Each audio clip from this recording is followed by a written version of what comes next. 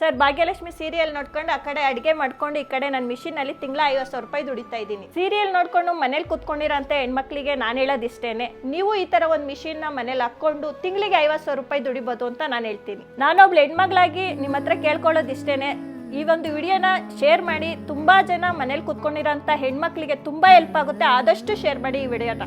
ಇವಾಗ ಸೀರಿಯಲ್ಸು ಸಿನಿಮಾಗಳಲ್ಲೆಲ್ಲ ನೋಡ್ತೀರಾ, ತುಂಬಾ ಡಿಸೈನ್ಸ್ಗಳಿದೆ. ಈ ಥರ ನೋಡ್ತಾ ಇರ್ಬೋದು, ಭಾಗ್ಯಲಕ್ಷ್ಮಿ ಹಾಕ್ಕೊಂಡಿದ್ದಾರೆ.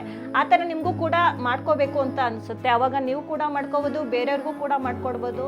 ನಮಸ್ಕಾರ, ನಾನು ಬಂದು ಪ್ರೇಮ ಅಂತ. ನಮ್ಮದು ಬಂದು ಕುಣಿಗಲ್ ಹತ್ರ ಒಂದು ಹಳ್ಳಿ. ಇವಾಗ ಬಂದು ನಾವು ಸದ್ಯಕ್ಕೆ ಬೆಂಗಳೂರಲ್ಲಿ ಇದ್ದೀವಿ. ಬೆಂಗಳೂರಲ್ಲಿ ಯಾವ ರೀತಿ ನಾವು ಕಷ್ಟ ಅನಿಸುತ್ತೆ ಜೀವನ ಮಾಡೋದು, ಆ ಒಂದು ಟೈಮಲ್ಲಿ ನನಗೇನಾದರೂ ಮಾಡಬೇಕು, ಮನೇಲಿ ಕುತ್ಕೊಂಡಿರೋದು ಬೇಡ, ಹಸ್ಬೆಂಡ್ಗೆ ನಾನು ಹೆಲ್ಪ್ ಆಗಿರಬೇಕು ಅಂತ ಅನ್ನಿಸ್ತು. ಆ ಟೈಮಲ್ಲಿ ನಾನು ಟೈಲರಿಂಗ್ ಮಾಡ್ತಾಯಿದ್ದೆ. ಟೈಲರಿಂಗ್ ಜೊತೆ ಇನ್ನೂ ಏನಾದರೂ ಮಾಡಬೇಕು ಅಂತ ಅನ್ನಿಸ್ತಾಯಿತ್ತು.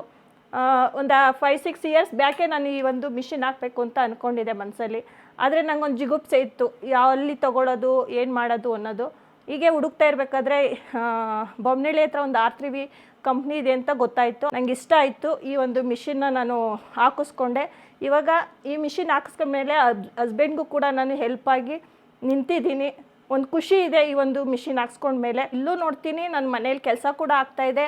ಇಲ್ಲಿ ಹಾಕ್ಬಿಟ್ಟು ಎಲ್ಲ ಸೆಟ್ಟಿಂಗ್ ಮಾಡಿಬಿಟ್ಟು ನಾನು ಆ ಕಡೆ ಕೆಲಸನೂ ಕೂಡ ಮಾಡ್ಕೋಬೋದು, ಇಲ್ಲೂ ಕೂಡ ನೋಡ್ಕೋಬೋದು. ಕಷ್ಟ ಅಂತ ಏನಿಲ್ಲ, ಎಲ್ಲರೂ ಕೂಡ ಮಾಡ್ಬೋದು. ಹೆಣ್ಮಕ್ಳು ಅಂದಮೇಲೆ ಕುತ್ಕೊಂಡೇ ಇರಬಾರ್ದು ಮನೇಲಿ. ಅವರು ಸ್ವಾಭಿಮಾನಿಯಾಗಿ ನಿಂತ್ಕೋಬೇಕು ಮತ್ತು ದುಡಿಬೇಕು. ಯಾರ ಹತ್ರನೂ ಒಬ್ಬರ ಹತ್ರ 1 ರೂಪಾಯಿ ಕೇಳಬಾರ್ದು ಅನ್ನೋದು ನನ್ನ ಸ್ವಾಭಿಮಾನಿ ಅಂತಲೇ ಹೇಳ್ತೀನಿ ನಾನು ಈ ಒಂದು ವಿಷಯದಲ್ಲಿ. ನನ್ನ ಹಸ್ಬೆಂಡ್ ಹತ್ರ ಯಾವತ್ತೂ ಕೂಡ 1 ರೂಪಾಯಿ ಕೊಡಿ ಅಂತ ಕೇಳಿಲ್ಲ, ಇವತ್ತು ಕೂಡ ಕೇಳ್ತಾ ಇಲ್ಲ. ಸ್ವಾಭಿಮಾನಿಯಾಗಿ ನಿಂತ್ಕೊಂಡು ದುಡಿಮೆ ಮಾಡ್ತಾಯಿದ್ದೀನಿ ಅಂತಲೇ ಹೇಳ್ತೀನಿ. ನೀನು ಮನೇಲಿ ಕುತ್ಕೊಂಡು ಏನಾದರೂ ಮಾಡೋ, ಆಚೆ ಹೋಗ್ಬೇಡ ಅಂತಲೇ ಹೇಳ್ತಾಯಿದ್ರು. ಸರಿ, ಅದನ್ನ ಹೇಳ್ತಾ ಇದ್ರಲ್ಲ, ಇದನ್ನ ಮನೇಲಿ ಹಾಕ್ಕೊಳೋದ್ರಿಂದ ನನಗೆ ಹಸ್ಬೆಂಡ್ ಹೆಲ್ಪ್ ಮಾಡ್ತಾರೆ ಅಂತ ಒಂದು ಧೈರ್ಯ ಇತ್ತು. ಕೇಳಿದೆ, ಸರಿ ಆಯ್ತು ಮಾಡು ಅಂತ ಅವ್ರು ಸಪೋರ್ಟಿವ್ ಆಗಿ ನಿಂತ್ಕೊಂಡು ನಂಗೆ ಸಪೋರ್ಟ್ ಮಾಡಿದ್ರು. ನಂಗೆ ಬೇರೆ ಕಡೆ ನೋಡಿದಾಗ ನಾನು ಫೇಸ್ಬುಕ್, ಯೂಟ್ಯೂಬ್ ಎಲ್ಲ ಸರ್ಚ್ ಮಾಡ್ತಾಯಿದ್ದೆ. 5-6 ನಾನು ತಗೊಳ್ಳೋಕ್ಕೂ ಬ್ಯಾಕ್ ಹಿಂದೆ. ಆದರೆ ನನಗೆ ಯಾವುದೂ ಇಷ್ಟ ಆಗಲಿಲ್ಲ. ಈ R3V ನೋಡಿದಾಗ ನನಗೇನೋ ಇಲ್ಲೇ ಹೋಗಬೇಕು, ಇಲ್ಲೇ ತೊಗೋಬೇಕು ಅಂತ ಅನ್ನಿಸ್ತು. ಅಲ್ಲೇ ಹೋಗಿ ನಾನು ಅವ್ರನ್ನ ಮೀಟ್ ಮಾಡಿದಾಗ ಅಲ್ಲೂ ಕೂಡ ಅವರು ಕಸ್ಟಮರ್ನ ಯಾವ ರೀತಿ ಟ್ರೀಟ್ ಮಾಡ್ತಾರೆ ಅದು ಕೂಡ ನೋಡಿದೆ. ನಾನು ತುಂಬ ಇಷ್ಟ ಆಯಿತು. ಇಲ್ಲ, ನಾನು ಇಲ್ಲೇ ತೊಗೋಬೇಕು ಅಂತ ಹಸ್ಬೆಂಡ್ಗೆ ಹೇಳಿದೆ. ಸರಿ ಆಯಿತು, ನಿನ್ನಿಷ್ಟ, ನೀನು ಇಲ್ಲೇ ತೊಗೋತೀನಿ ಅಂದರೆ ಇಲ್ಲೇ ತೊಗೋ ಅಂತ ಅಂದರು. ನಂಗೆ ತುಂಬ ಇಷ್ಟ ಆಗಿ, ಮತ್ತು ನಮಗೇನಾದರೂ ಸಡನ್ನಾಗಿ ಏನೋ ಪ್ರಾಬ್ಲಮ್ ಬಂತು ಅಂತ ಫೋನ್ ಮಾಡಿದಾಗಲೂ ಕೂಡ ಅವ್ರು ತುಂಬ ಚೆನ್ನಾಗಿ ನಮಗೆ ಹೇಳ್ಕೊಡ್ತಾರೆ. ಅದು ನನಗೆ ಇಷ್ಟ ಆಯಿತು. ಅದರಿಂದ ನಾನು ಇಲ್ಲೇ ತೊಗೊಂಡೆ. ನಾನು ಮನೆಯೆಲ್ಲ ಕೆಲಸ ಎಲ್ಲ ಮುಗಿಸ್ಬಿಟ್ಟು ನಾನು ಶುರು ಮಾಡ್ತೀನಿ. ಮಕ್ಕಳನ್ನೆಲ್ಲ ಕಳಿಸಿದ ತಕ್ಷಣಕ್ಕೆ ನಾನು ಬಂದು ಆನ್ ಮಾಡಿದ ತಕ್ಷಣಕ್ಕೆ ಇದು ಬೆಳಗ್ಗೆಯಿಂದ ಸಾಯಂಕಾಲ ಮಕ್ಕಳು ಬರೋವರೆಗೂ ನಾನು ಆನ್ ಮಾಡ್ಕೊಂಡೇ ಇರ್ತೀನಿ. ಆ ಟೈಮಲ್ಲಿ 2 ಇಂದ 3 ಆದರೂ ಹಾಗೇ ಆಗುತ್ತೆ. 1-1.5 ಸಾವಿರ ಅಂತೂ ದುಡಿತೀನಿ ಒಂದು ದಿನಕ್ಕೆ ಅಂತಲೇ ಹೇಳ್ತೀನಿ. ನಾನು ಸ್ಟಾರ್ಟಿಂಗ್ ಬಂದು ನಾನು ಇಲ್ಲೇ ಟೈಲರಿಂಗ್ ಶಾಪ್ ಹತ್ರ ಹೋಗಿ ನಾನು ಈ ಥರ ಹೇಳಿದೆ, ನಾನು ವರ್ಕ್ ಮಾಡ್ತಾಯಿದ್ದೀನಿ ನೋಡಿ, ನಿಮ್ಗೇನಾದರೂ ಬೇಕು ಅಂದರೆ ಮಾಡಿಸ್ಕೊಳ್ಳಿ ಅಂತ ಸಜೆಷನ್ ಮಾಡಿದೆ. ಅವರು ಸ್ವಲ್ಪ ದಿನ ವೆಯ್ಟ್ ಮಾಡಿಸಿದ್ರು. ನನ್ನ ಹೋಗಿದ ತಕ್ಷಣಕ್ಕೆ ಅಂತೂ ಸಿಕ್ಕಲಿಲ್ಲ.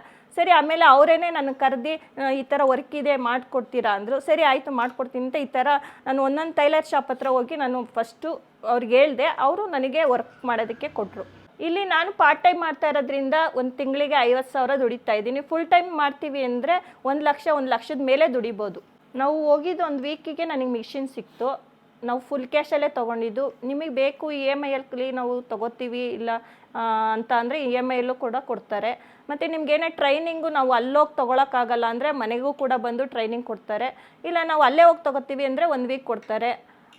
ನೀವು ಹೋಗಿ ಆರಾಮಾಗಿ ಕಲಿಬೋದು. ಸರ್ವಿಸ್ ಏನೋ ಬಂತು ಅಂದರೆ ಅವರು ಫೋನಲ್ಲಿ ಕಾಲ್ ಮಾಡಿ, ವಿಡಿಯೋ ಕಾಲ್ ಮಾಡಾದರೂ ಕೇಳಿಕೊಂಡು ನಾವು ಇಲ್ಲೇ ಹೇಳ್ಕೊಡ್ತಾರೆ, ಇಲ್ಲೇ ಮಾಡ್ಕೋಬೋದು. ಇಲ್ಲ ನಮಗೇನು ಗೊತ್ತಾಗಿಲ್ಲ ಅಂದರೆ ಅವರೇ ಬಂದು ಕೂಡ ನಮಗೆ ಹೇಳ್ಕೊಡ್ತಾರೆ, ಈ ಥರ ಆಗಿದೆ ಅಂತ ಅವ್ರು ಹೇಳ್ತಾರೆ. ಇದು ಸ್ಪೇಸ್ ಏನು ಜಾಸ್ತಿ ಬೇಕು ಅಂತ ಏನಿಲ್ಲ. ಏನು ಚಿಕ್ಕದಾಗಿ ಹಾಲಿದ್ರೂ ಕೂಡ ಹಾಲಲ್ಲೇ ಇಟ್ಕೋಬೋದು ಆರಾಮಾಗೆ.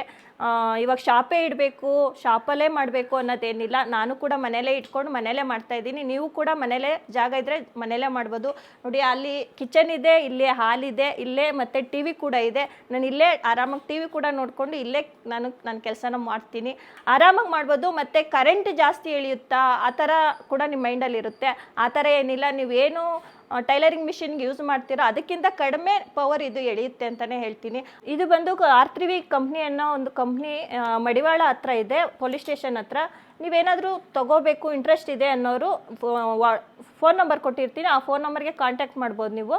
ತುಂಬ ಹೆಲ್ಪ್ಫುಲ್ ಆಗಿದೆ. ನೀವು ಕುತ್ಕೊಂಡು ಮನೇಲೇ ಕುತ್ಕೊಂಡು ಮಾಡ್ಬೋದು. ಮತ್ತು ಆಚೆ ಹೋಗಿ ದುಡಿಯೋಕ್ಕೆ ಯಾರು ಕೂಡ ಈಗ ಪರ್ಮಿಷನ್ ಕೊಡೋದಿಲ್ಲ. ನೀವು ಮನೇಲೇ ಏನಾದರೂ ಮಾಡಬೇಕು ಅಂತ ತುಂಬ ಜನ ಯೋಚನೆ ಮಾಡ್ತಾ ಇರ್ತೀರ. ಆರಾಮಾಗಿ ಮನೇಲಿ ಕೂತ್ಕೊಂಡು ನಿಮ್ಮ ಕೆಲಸ ಎಲ್ಲ ಮುಗಿಸ್ಕೊಂಡು ಟಿ ವಿ ನೋಡ್ತಾ ಆರಾಮಾಗಿ ನಿಮ್ಮ ಕೆಲಸ ಮಾಡ್ಬೋದು ಅಂತಲೇ ಹೇಳ್ತೀನಿ. ನಾನು ಕೂಡ ಹಾಗೆ ಮಾಡ್ತಾಯಿದ್ದೀನಿ. ತುಂಬ ಹೆಲ್ಪ್ಫುಲ್ ಆಗುತ್ತೆ. ಹೆಣ್ಮಕ್ಳು ಮಾಡಿ ಅಂತಲೇ ಹೇಳೋಕ್ಕೆ ಇಷ್ಟಪಡ್ತೀನಿ.